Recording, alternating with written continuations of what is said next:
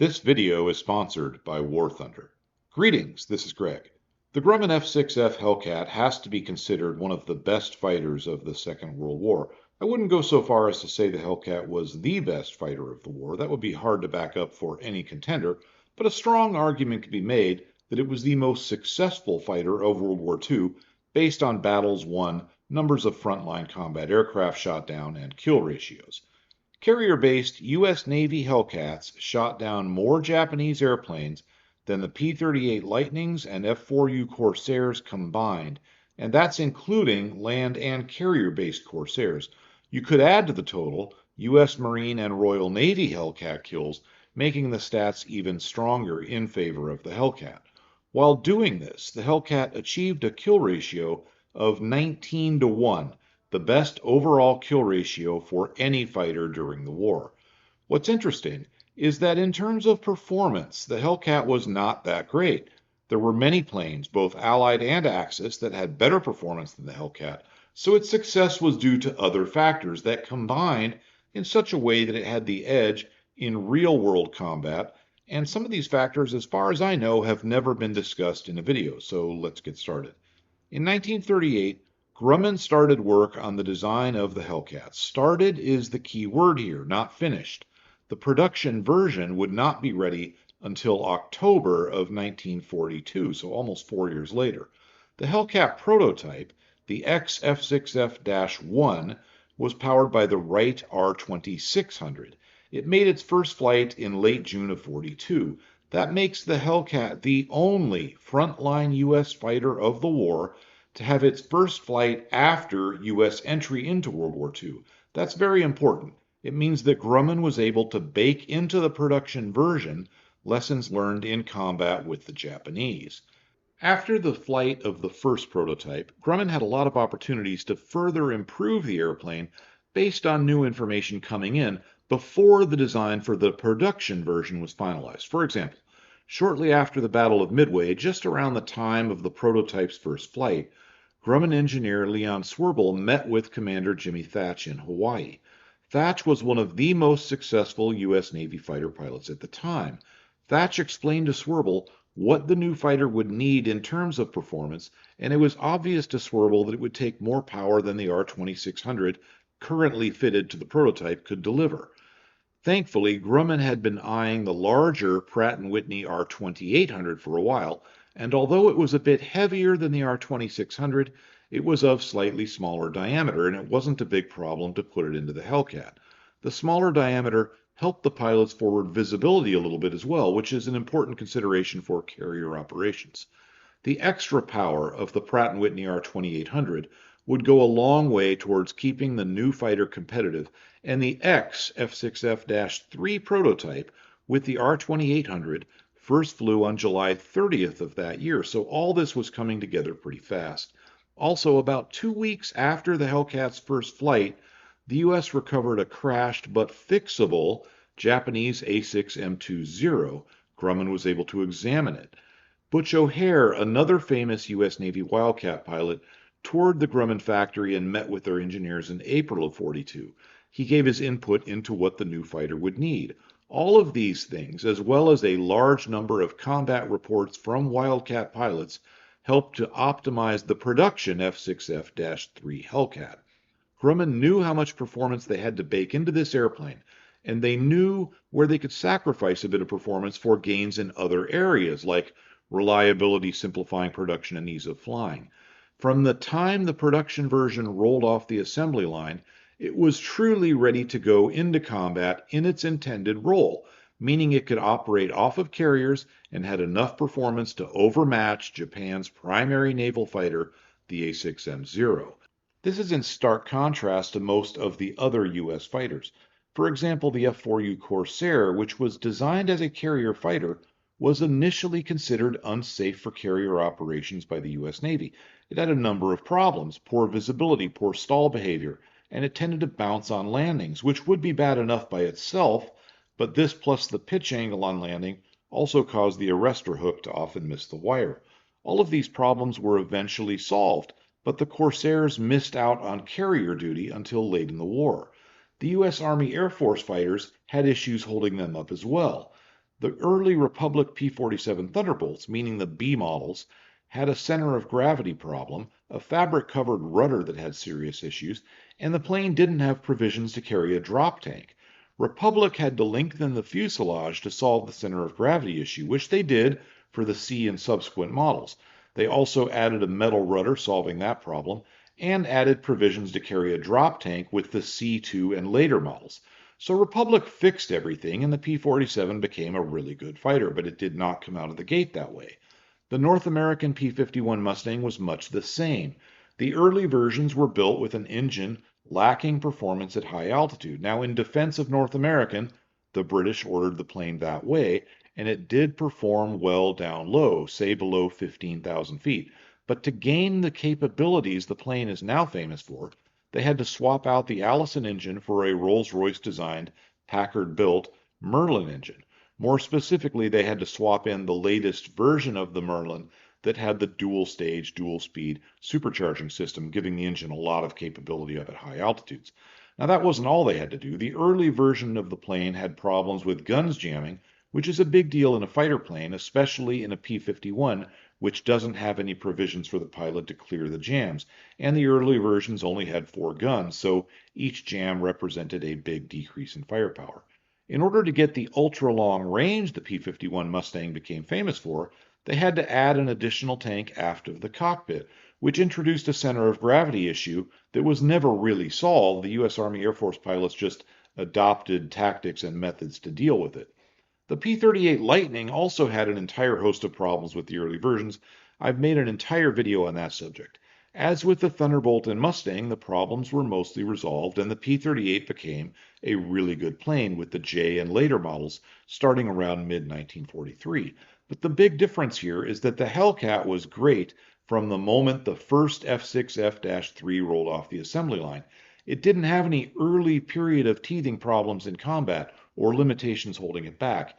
It hit the ground running, and this helped it to achieve a very high kill ratio. The Hellcat was so good right out of the gate that the improvement to the production versions in wartime were minimal as compared with almost any other World War II fighter. There were only 2 versions of the Hellcat to see combat in significant numbers, the F6F-3 and the later F6F-5. However, there was very little difference between these 2 versions. In terms of performance, they were about the same. The main differences had to do with streamlining manufacturing and improvements to the Pratt & Whitney R2800 engine. The big upgrade there was the addition of water injection, which was implemented about halfway through the F6F-3 production line, and it was on all the F6F-5s. Let's take a look at the Hellcat's design. Its engine was the air-cooled Pratt & Whitney R2800 radial. This was the most powerful World War II fighter plane piston engine. The R2800 was also relatively compact, reliable, and famously resistant to battle damage. In this application, the R2800 is force-fed by a supercharging system that was a fairly typical design for a U.S. Navy fighter. It had one supercharger built into the back of the engine. This one had a single-speed drive, meaning its speed varied directly with engine speed at a fixed ratio. This supercharger, called the main stage by the Navy, was force-fed by another supercharger. In other words, they supercharged the supercharger. This additional stage was called the aux blower, and the aux blower could run 3 different ways: neutral, meaning off, plus a low and a high speed setting. This combination provided what was effectively 3 supercharging configurations, giving the Hellcat a lot of power throughout a wide altitude range. This was something that no Japanese fighter could truly match. Not only did the Hellcat have a 2,000 horsepower engine, it had a larger portion of its maximum power throughout a wider range of altitudes than the production Japanese fighters, and especially as compared to the Japanese Zero, the Hellcat's main opponent. To better explain this, I'm going to put up some charts showing horsepower at various altitudes so you can see how the Hellcat supercharging system gives it the edge here. But first, I want to mention our sponsor.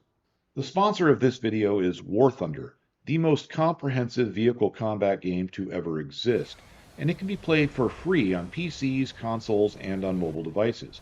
War Thunder enables you to take control of aircraft, including helicopters, as well as tanks and ships, from 10 major nations from the 1920s all the way up to today, including planes like the Hellcat, the Zero, Corsair, and P-38 Lightning, which allows anyone to get an in-depth feel of how they performed against each other. The incredible detail of the graphics and realistic sound effects create a very immersive combat experience with you in control of some of the most powerful war machines in history. You won't be alone. Join 70 million players worldwide in epic battles today and experience the breathtaking excitement of War Thunder. With the massive amount of high quality content to explore, there is no game today better suited for fans of military history. Personally, I like the World War II aviation content the best. War Thunder is free to play. It's on PC, PlayStation, Xbox, and mobile devices. Use my links in the video description.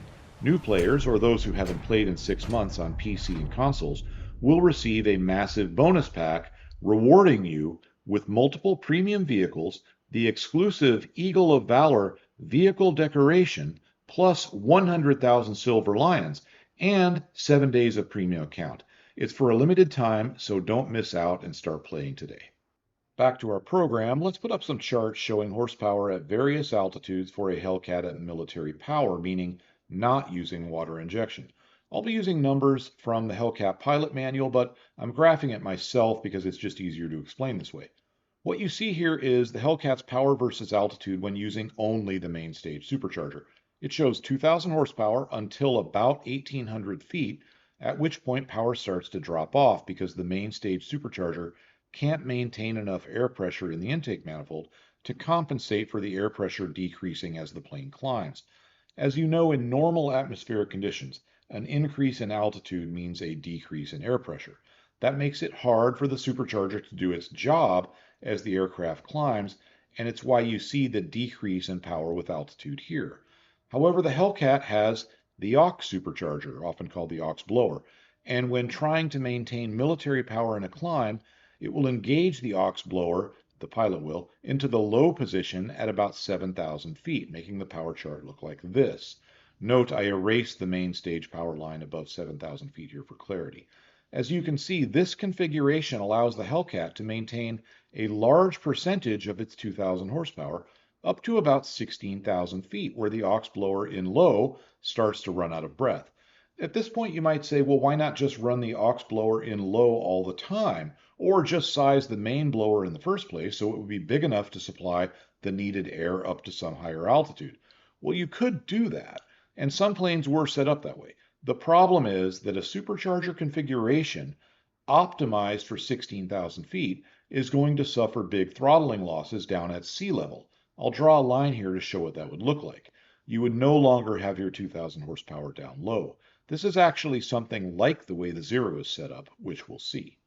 Back to our normal diagram. As the plane climbs too high for the aux blower in the low setting, the pilot can engage the aux blower's high-speed drive at about 20,000 feet, which will enable the Hellcat to keep 1,600 horsepower or so on average all the way up to 24,000 feet. In fact, the horsepower won't drop below about 1,450. Without the aux blower, the Hellcat's power would have dropped to about 700 horsepower at 24,000 feet. Let's add in the Mitsubishi A6M5's engine, also running at military power. Keep in mind both of these engines could run at war emergency power, but military power is sort of the normal maximum. We don't have power charts for the Zero's engine, but we do have official data for 3 key points. The A6M5 uses a single-stage, 2-speed supercharger. The 3 points here are max power at sea level, maximum power at altitudes on the first and second supercharger speeds. I've estimated where the line should be. It's not perfect, but it's probably really close. The Zero's 2 supercharger speeds are optimized about 12,000 feet apart from each other to give a wide range of altitudes where the plane can make power. The drawback here is that the engine is held back at low altitudes on the first speed, as that speed is optimized for around 9,300 feet. In other words, throttling losses are holding it back below that altitude, probably costing it around 200 or 300 horsepower at sea level.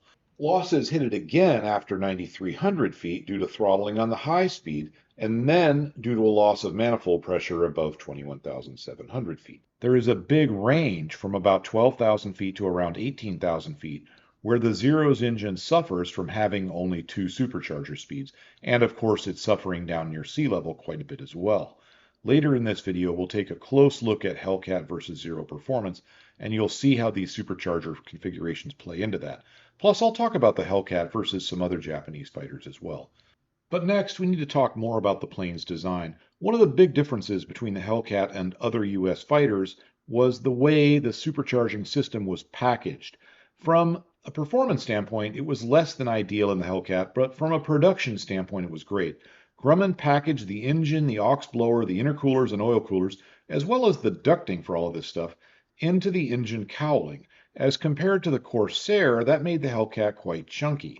The Corsair integrated the intercooler ducting and oil coolers into the wings, which was efficient from an aerodynamic standpoint, but it complicated construction.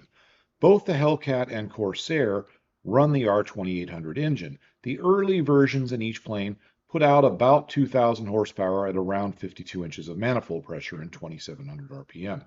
The engines were essentially identical. However, different packaging necessitated the use of different injection carburetors. The Corsair used an updraft carb, meaning air entered the carb from the bottom, the Hellcat a downdraft. Understand these are not really carburetors in the normal sense. Terminology was lacking behind technology at the time. These were what we would today call throttle body fuel injection systems. It's not clear exactly why, but whenever the US Navy tested Hellcats, they were always a little bit down on horsepower. Thus, they never quite had that 2,000 horsepower at 52 to 54 inches of manifold pressure. A test of the 1,000th production F6F-3 showed it to be 110 horsepower low. A later test of the F6F-5 showed it to be about 150 horsepower low. Keep in mind, most publications, including those from the US Navy, do show 2,000 horsepower at military power, but those are numbers from Pratt & Whitney. For these tests we're talking about right now, the Navy put torque meters on the engines and measured power with the engines actually installed, and in every case I've found, the Hellcat has come up a little bit short. No complete explanation or solution was ever found, but my best guess is that the compact arrangement of the superchargers and the intercooling were just a little bit inefficient in terms of airflow. Getting the air up to the top of the cowling and then turned around to enter that downdraft carb appears to me to be part of the problem. It's a very tight turn there and in very little space. In the Hellcat, Grumman really couldn't do it any other way. An updraft carb like the one on the Corsair wasn't going to fit as that space was taken up by other stuff. And unlike the P-47 Thunderbolt, for example, which also used a downdraft carb, there just wasn't room in the Hellcat's cowling for a nice big bend up there. Remember, the Thunderbolt's aux stage supercharger, which is actually a turbo, and intercooler are at the back of the airplane. In the Hellcat, it's all in the cowling. I can't see any other way Grumman could have done this without a major redesign, and at that point, it would really have been a different airplane. Whatever the case, whatever the reasons, the Hellcats were down on power as compared with the same engine in the Corsair, and that combined with the Hellcat's extra drag slowed it down a bit. I want to stress that in every single test of the Corsair and Hellcat, the Corsair is the faster of the two. I'm fully aware that after the war, a Grumman test pilot claimed that this difference in speed was largely due to differences in airspeed indications, but that's been proven to be false, and I already addressed it in another video, so I'm not doing it again here. Back to the Hellcat's low power situation. It was compounded by the fact that the Hellcat lacked ram air for its main stage supercharger. Now, the main stage would normally be the only supercharger stage in use below 7,000 feet. Above that, the pilot would put the aux blower into low, and the aux blower did get ram air. But below 7,000 feet, when on only the main stage, there was no ram air for the Hellcat, which hurt its performance at military power, which was already about 100 horsepower low to start with. So what's going on here? Why doesn't the Hellcat have ram air available all the time like nearly every other World War II fighter? The common answer is that they wanted to feed the main stage supercharger warm air to avoid carburetor icing, and they were willing to take that performance hit at lower altitudes. I think that's nonsense. In fact, I know it's nonsense because almost all World War II US fighters, including the others using the same engine, had ram air on the main stage blower.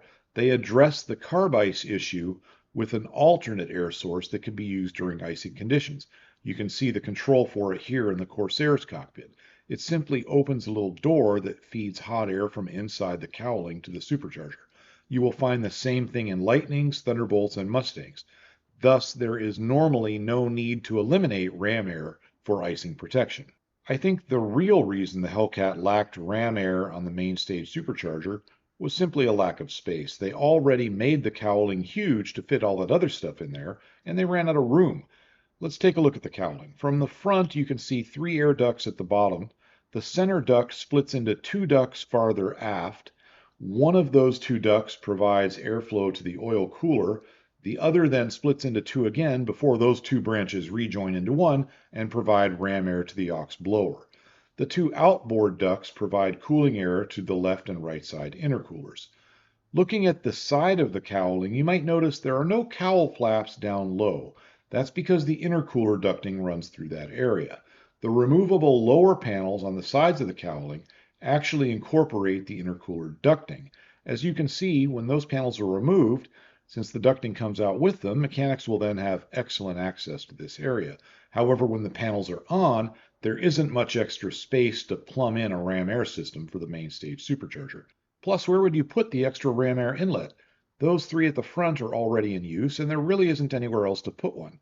There certainly isn't room on the side or the top of the cowling unless you make the cowling itself even bigger. It's just too tight to the engine in those sections, and down low where there is room, that room is used up for other stuff. Even if you could fit in another duct down low, it's going to be very hard or impossible to route it up to the downdraft carb's inlet. They had to sacrifice something here. There is only so much room to work with. They couldn't sacrifice icing protection or intercooling or power from 7,000 feet all the way up to the aircraft service ceiling, so they sacrificed ram air below 7,000 feet. While doing that, they allowed for a huge amount of engine accessibility for maintenance. Of course, once above 7,000 feet and on the aux stage blower, it does have ram air, as well as a source of alternate air in the event of icing conditions at altitude. The intercooler packaging was also a little less than ideal due to the tight turn the cooling air had to make to go from the ducting and then through the intercooler core into the exit. For comparison, take a look at the P-47's intercooler. The cooling air doesn't have to turn much at all to go through the core. In the Hellcat, it has to turn about 70 degrees, I think more than that, and with very little space to do it. Much less space than in a Corsair with its wing-mounted intercooler inlets. This isn't terrible, but the intercoolers in the Hellcat are probably not going to be as efficient as they otherwise would be. It's a trade-off made for packaging and simplified construction. Grumman also simplified construction of the Hellcat's fuselage by using simple flat plates wherever possible. You can clearly see these on the upper half of the rear fuselage. They also use simple and not flush riveting in this area. Flush riveting is great, but there's a law of diminishing returns. Grumman looked at the cost-benefit ratio and only used flush riveting and other techniques to smooth out the surface where it would do the most good. In short, the fuselage, including the engine packaging, was designed to be simple, easy to build, and easy to maintain, but with some sacrifice in performance. However, the Hellcat's wing is another matter. It's quite good. At 334 square feet, or 31 square meters, it was the largest wing on any single-engine World War II fighter, giving the Hellcat low wing loading as compared with other U.S. fighters. Furthermore, the wing's construction wasn't complicated with ducting for oil coolers, intercoolers, ram air intakes, or anything else. The fuel tanks are below the cockpit floor, arranged in a left, right, and rear configuration. The left and right protrude slightly into the wing structure, but it doesn't add the complexity that true wing fuel tanks would. Thus, other than holding the guns and ammunition and the landing gear, the internal structure of the wing was pretty much just a wing. It was a large, well-designed wing, and it gave the Hellcat relatively low stall speeds, which matter. Stall speed was about 88 miles per hour with the flaps up, and a very low 68 miles per hour with the flaps down. Those stall speeds are about 10 miles per hour lower than the Corsair's flaps up, and about 15 miles per hour lower flaps down in the landing configuration. The low stall speeds do a number of things for the Hellcat. First, it means a lower approach and landing speed, which helps with carrier operations. An aircraft will approach to land at about 1.2 or 1.3 times the stall speed. At 1.3, that would put a Hellcat at about 88 miles per hour on final approach. The Corsair at about 109 miles per hour. That's much faster and makes the carrier landings more challenging. This is one of the reasons the Hellcat was so much easier, especially for new pilots, to bring aboard an aircraft carrier. The low stall speeds also paid dividends in turn performance, which I'll talk about later in comparative terms with a Japanese fighter. Along with low stall speeds, the Hellcat had very good stall characteristics. By World War II fighter plane standards, stall recovery in the Hellcat was pretty easy. As long as you had enough altitude below you, it just wasn't a problem. This pays extra dividends during high G turns. During high G, all planes stall at higher than normal speeds. Stalls under these conditions are called accelerated stalls. The stall speed increases by the square root of the load factor. So during a 4G turn, the stall speed doubles. The square root of 4 is 2. A big factor in a dogfight is just how close the pilot can come to stalling the wing in a high G maneuver, but without actually stalling. The Hellcat's wing gave plenty of warning for this, allowing pilots to get comfortably close to the edge without going over. This matters because if a plane has a very low stall speed, but also little stall warning and a very difficult stall recovery, then only the best or most experienced pilots will be able to capitalize on that low stall speed. The Hellcat had low stall speed plus plenty of warning during an accelerated stall and an easy recovery. Even if the pilot of the Hellcat inadvertently put the plane into a spin, recovery was straightforward and fast. All this meant that Hellcat pilots could push their planes right to the edge when pilots of other airplanes might not be able to do so. The wing was also quite strong, just like the rest of the plane. The F6F-3's maximum dive speed was 430 knots calibrated, about 494 miles an hour. That's very high for a naval fighter, much higher than a Corsair or a Lightning, and very close to a P-47 or a P-51. Let's take a look at the two main versions of the Hellcat, the F6F-3 and the Dash 5, which are very nearly the same. If you see an F6F with this frame for the windscreen, it's a Dash 3. This configuration has a conventional, meaning not a bullet-resistant windscreen, but instead has a thick piece of armored glass behind it. This type of arrangement was common in World War II fighters, but it was less than ideal because condensation and dust could accumulate in spots that were hard to wipe off. In fact, impossible to wipe off in the Hellcat because the windscreen and armored glass were so close together. If you look at this in most other airplanes, there's usually a big enough gap to reach in there and wipe off the glass, but not in the Hellcat. Grumman's attempted fix for this was to have a system that blew warm air between the two panels, but that actually put more dust in there.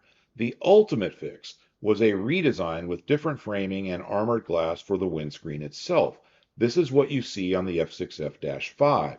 However, this alone doesn't mean that for sure you're looking at a Dash 5, as some very late Dash 3s had this as well.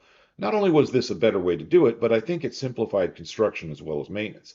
I suppose the same could be said for this little window. It was deleted for the Dash 5, so that's a pretty good way to tell the two versions apart. The Dash 5 had some other changes. The antenna masts were a bit different. The pitot-static system was revised. There were changes to the ailerons, and they improved the streamlining at the cowling, but all of these things are very difficult to spot in pictures, at least typical World War II pictures, which are kind of grainy and taken from a distance. The real performance upgrade for the Hellcats came via water injection, sometimes water alcohol or water methanol injection. It's the same system either way. It's just a question of what they put in the tank on any given day. This was added about halfway through the Dash 3's production run, and it was on all Dash 5s. Now, at first, they ran water-injected Hellcats up to about 60 inches of manifold pressure, up from 52 or 54. But later they went to 64 inches, giving the plane 2,315 horsepower. Now, the Hellcat's normal aircraft systems were conventional. It used hydraulic systems for just about everything, very typical of U.S. fighters, and it's a good way to do it.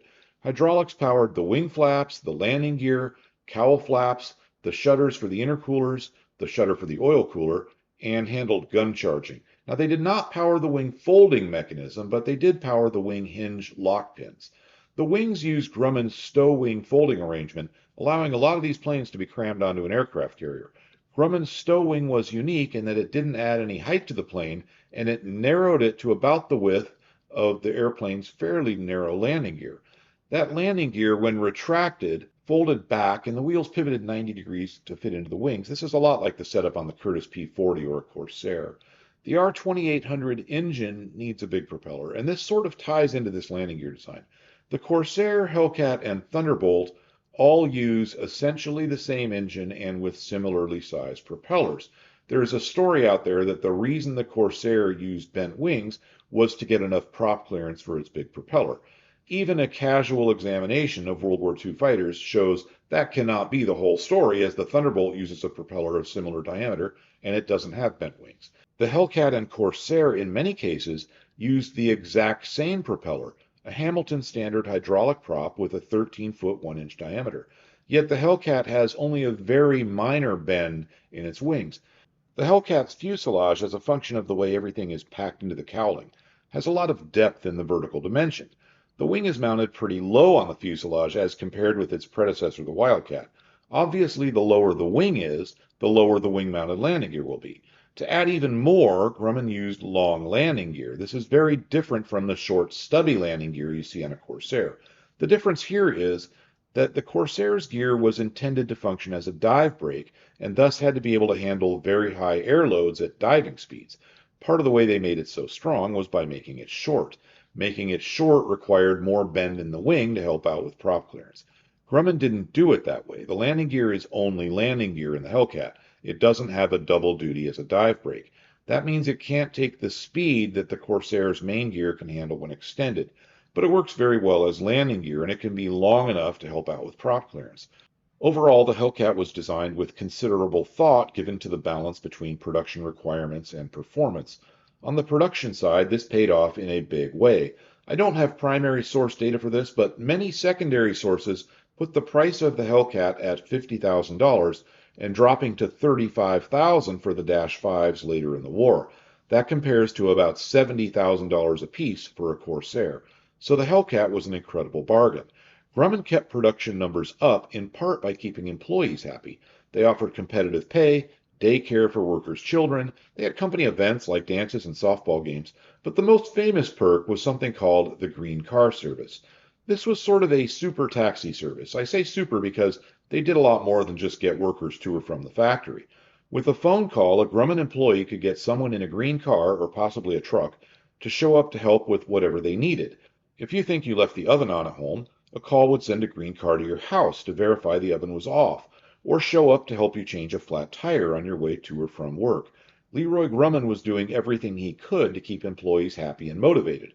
Apparently this worked because employee retention was very high at Grumman, and they never had a work stoppage or any sort of work action slowing down production or decreasing the quality of their product. In fact, the Grumman employees never even unionized because they didn't have a need to. A motivated workforce building a plane designed with fast and easy production in mind can turn out a lot of airplanes, and over 500 Hellcats were built each month for 2 years. In the context of World War II fighters, the Hellcat was easy to fly, easy to build, and inexpensive. But how well did it perform? I think this is where the Hellcat story gets the most interesting. It's not the best performing fighter of the war. Overall, it's slightly inferior to the Corsair. It's slower, has a lower climb rate, and a slower rate of roll. The Hellcat does dive faster, though, and it has a little bit better turn performance. In terms of firepower, both planes were typically armed with 650 cals, but the Corsair does have the edge in air-to-ground munitions, and via twin drop tanks, the Corsair can carry more fuel and has a bit more range. Overall, in terms of capability, the Corsair comes out slightly ahead. However, you can have a lot more Hellcats for your warplane spending dollars. And of those, fewer will be lost in accidents, which means your air group will tend to stay closer to full strength when in service. In other words, if you have 3 Hellcats for every 2 Corsairs, and then you lose more Corsairs due to accidents in situations where they can't be easily replaced, like out at sea on an aircraft carrier in an extended battle, or like on a remote island, that small performance advantage the Corsair enjoys starts to look a bit less important. Of course, Hellcats were not fighting against Corsairs in the skies over the Pacific, they were fighting the Japanese. So we need to look at the Hellcat's performance from that perspective. I'm going to compare the F6F-3 with water injection to the A6M50, but before I do that, I want to mention some other Japanese aircraft. There is no doubt that on paper, some late war Japanese fighters were at least a match for the Hellcat. These include the Kawasaki Ki-100, the Kawanishi Shinden Kai, the Mitsubishi J2M Raiden, and certainly the Nakajima Ki-84, allied codename Frank. However, by the time these planes entered service, decreases in production quality, supply problems, and a lack of experienced pilots prevented them from being a serious threat to the Hellcats. Plus, there were not a lot of them. If we add up the production totals of all those planes I just mentioned combined, they are only about half of A6M0 production. Thus, the primary Japanese carrier-based fighter facing the Hellcat was the A6M0. The Zeros were present at nearly every engagement with Japanese carriers for the entire war. Thus, they encountered Hellcats a lot. One of the best variants was the A6M5, so that's what I'll be using for comparison here. Keep in mind the A6M5 is often called the Zeke 52 or 052 in US documents. This is the 052 speed chart. It shows the maximum speeds for this plane in three conditions: with the drop tank at military power, without the drop tank at military power, and without the drop tank at war emergency power. The highest speed on this chart is 358 miles per hour at about 22,000 feet. Now I'll add in a light blue line showing the F6F-3 at military power, meaning without the water injection spraying. So this represents a slower Hellcat, meaning an early Dash 3 versus about the best Zero. As you can see, even the slowest Hellcat is faster than the fastest Zero it's likely to encounter. And that's comparing a Hellcat at military power, meaning without its water injection, to a Zero at war emergency power. I should also mention that the US Navy, when testing a Zeke 52, was not able to duplicate these speeds. They could only get the Zero up to 340 miles per hour, about 18 miles per hour less than this chart shows. I attribute this to wear and tear and possibly quality control issues causing variations in Japanese fighter performance. That was a big problem for the Japanese late in the war. In any case, even when looking at the slowest possible production Hellcat versus an ideal A6M5 at war emergency power, the Hellcat is still quite a bit faster throughout most of the altitude range. Now let's add in water injection, allowing the Hellcat to run at war emergency power. Now there is no comparison. The Zero is left way behind here. Everywhere on this chart it's behind, and this is representative of the Hellcat configuration that would typically be going up against A6M5s. There are a couple of interesting things you might notice here. There is only one supercharger switching point for the Hellcat when water injection is engaged. That shift happens at about 11,000 feet. The reason you only see one supercharger shift point instead of two is because in order to reach the high manifold pressure values used with the water injection spraying, the aux blower has to be engaged in the first place. The main supercharger can't move enough air by itself to raise the manifold pressure up enough to fully take advantage of the water spray. This means that when at war emergency power, the Hellcat not only has the spray, it now has ram air even at very low altitudes.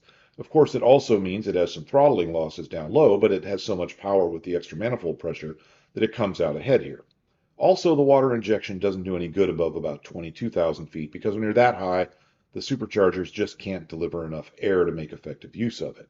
Let's take a look at climb performance. Here is the 052's climb chart, and again I'll add in the Hellcat-3's climb performance at military power using a light blue line. Comparing military power to military power, the two planes are pretty close to each other. They're within about 200 feet per minute of each other all the way from sea level to 30,000 feet. Each plane has a small advantage within certain altitude ranges. Now at war emergency power, the Zero has the edge against the Hellcat, but we still need to put the Hellcat up at war emergency power, so let's do that with the dark blue line. As you can see, the Hellcat has the overall advantage in climb performance. Zero pilots had become accustomed to escaping Wildcats and other US-built fighters by climbing, but that wouldn't work with the Hellcat. Even in the narrow altitude range where the Zero has a little better rate of climb, it's not going to be enough to pull away from the Hellcat and escape those 50 caliber bullets. Dive performance isn't even close. The Zero had a maximum dive speed of 415 miles per hour, and for some models it was only 360 miles an hour. In all cases, the Zero's controls became almost immovable above 300 miles per hour indicated. The Hellcat-3 can dive at 495 miles per hour and be controlled. As a side note, the Hellcat-5 has a lower limit here, 475 miles per hour, but still much faster than a Zero. I don't know the reason the Dash 5 has a lower dive speed limit, but it does. These numbers are based on calibrated speeds, so variations in airspeed indications have nothing to do with it. The speed difference is not based on some later, more restrictive revision to the speed. These speeds are both from the same flight manual, which covers both models. For some reason, Grumman felt it important to limit the Dash 5's dive speed a little bit more here. So compared with the Zero, the Hellcat is much faster, has a slight edge in climb performance, and a huge advantage in dive performance. The Hellcat is much more heavily armored and with enough firepower to shred a Zero and set it on fire with ease. So what advantage does the Zero have? Not much. It does have the edge in low-speed maneuverability. If a Hellcat pilot engages the Zero in a low-speed turn fight, he's going to lose. The U.S. did numerous tests of Zeros, and in all cases found that the plane's low-speed maneuverability could not be matched by any U.S. fighter. At high speeds, it was another story. Above 275 miles per hour, the Zero's controls got so heavy that it lost its advantage due to the controls stiffening up, and above 300 miles per hour, it was close to helpless. At high speeds, the Hellcat is more maneuverable, and assuming a 6G practical limit for a dogfight, the Zero can't outturn the Hellcat unless the speeds drop below 215 miles per hour indicated. Now, speeds in a dogfight do drop off, so if the fight lasts long enough, the speeds will drop into the range where the Zero has the edge. However, the Hellcat pilot just won't play that game. He will see the speed dropping and extend away. If the Zero follows, it's likely to get destroyed by another Hellcat. If it doesn't follow, the extending Hellcat will then get enough distance to turn around and come back in for a shot with its 650 cals. There just isn't a good way for the Zero pilot to play this. He doesn't have enough cards. That said, I don't want to understate the huge advantage in low-speed maneuverability the Zero has if the speeds get down there. Not only can it outturn the Hellcat at low speeds, it can enter vertical maneuvers at much lower speeds as well. For example, the Zero can enter a loop or an Immelmann at 160 miles per hour. The Hellcat needs to be at about 230. Once the fight slows down, the Hellcat pilot's only option is to try and accelerate away. And if the Zero is already in firing position, it could be too late. Of course, that didn't happen too often, hence the Hellcat's 19-to-1 kill ratio. I guess the big takeaway here is that the Hellcat was incredibly effective as a war-winning airplane, but not because it tore up the sky with superior performance, but rather because it had enough performance to deal with its main adversary, the Zero, while being much easier to build and fly than most other U.S. fighters of anywhere near similar performance. Production numbers help to drive this point home. More Corsairs were built, but not a lot more, and the Corsair's production run lasted for about 9 years, about 3 times longer than Hellcat production. At peak production in 1944, 500 Hellcats a month were being built, versus about 300 a month for the Corsair. Furthermore, all the Hellcats were built in only a single factory versus 3 factories for the Corsair. 12,275 Hellcats were built, all in a single factory. I don't think any other U.S. fighter was built in greater numbers from a single factory during such a short production run. Yes, more P-47 Thunderbolts were built, and more P-51 Mustangs were built as well, but both of those planes had much longer production runs and were built in multiple factories. The speed at which Hellcats could be built was a big part of the plane's success. Of course, the plane's good flying characteristics helped out a lot as well. Optimizing production and minimizing losses through attrition may not be the most glamorous ways to win the air war, but these things were huge factors that were often overlooked then and are still overlooked by historians today. Luck played a part here too. Grumman was fortunate that the war started and combat lessons were learned in time for them to be applied to the Hellcat. They knew exactly how much performance it would need to defeat the Zero, and they knew how much performance they could sacrifice to maximize the plane's other attributes. By the end of the war, the Hellcat was just starting to fall behind the latest fighters to the point where it would have become a problem, but it didn't matter. The war had already been won, and to a large extent, the air war over the Pacific was won by the Hellcat. Thank you to War Thunder for sponsoring this video. Check out War Thunder for free on PC, PlayStation, Xbox, or mobile devices via the links in the video description. If you're new or haven't played in 6 months on PC and consoles, you'll get the massive bonus with in-game currency, premium vehicles, and more. Please check out my Patreon. There you will find all the manuals and documents I use in creating these videos, including the Hellcat pilot manual, data on Japanese fighters, complete PDF files of aviation magazines from the period, and much more. That's all for now. Goodbye, and have a great day.